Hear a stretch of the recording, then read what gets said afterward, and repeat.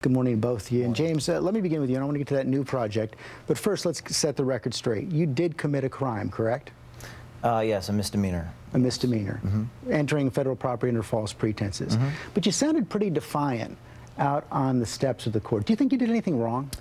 I'd do it again. I might do it differently, but corruption exists inside federal buildings. You would do it again? You would commit a crime again? No, I might do it differently, but I don't regret what I did. I mean, corruption exists in federal buildings. But you committed a crime. You would commit a crime again? No, like I said, I might do it a little bit differently.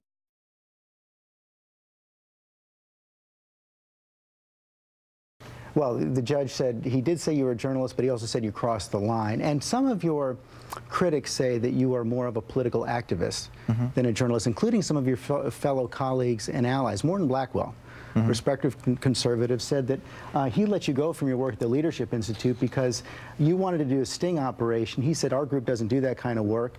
And Blackwell told O'Keefe he had to choose between his job and his activism. He said he was committed to the activism.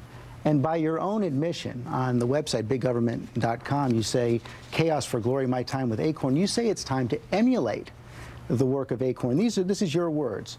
It is time for us to be studying and applying their tactics, many of which are ideologically neutral. It is time for conservative activists to create chaos for glory. So you're a conservative activist, not a journalist. But this is not a left or right thing. This is just about exposing corruption. And well, except you write here yourself that you're a conservative activist trying to create chaos for glory.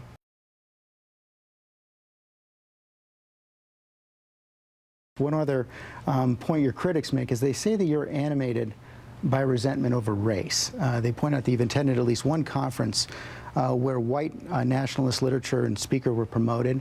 And they point to a time when in college at Rutgers where you were actually kicked out of a dorm for using racist slurs.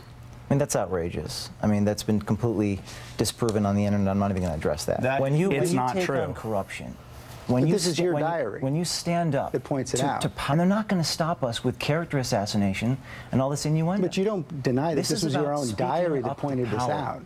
And they're not going to be able to stop us. You don't deny that.